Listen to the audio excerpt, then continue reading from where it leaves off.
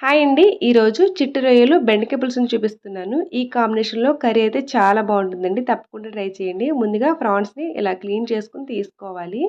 Pan పెట్టుకొని oil వేసుకొని ఈ రొయ్యల్ని బాగా ఫ్రై చేసుకొని తీసుకోండి.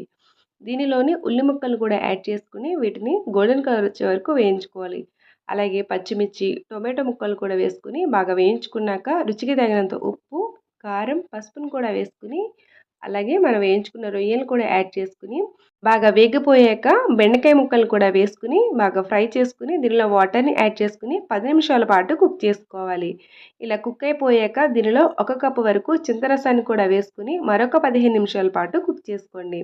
ఫైనల్గా సన్నగా తరిగిన కొత్తిమీర కూడా వేసుకుని దీన్ని సర్వింగ్ బౌల్లోకి సర్వ్ చేసుకోండి. అంతేనండి.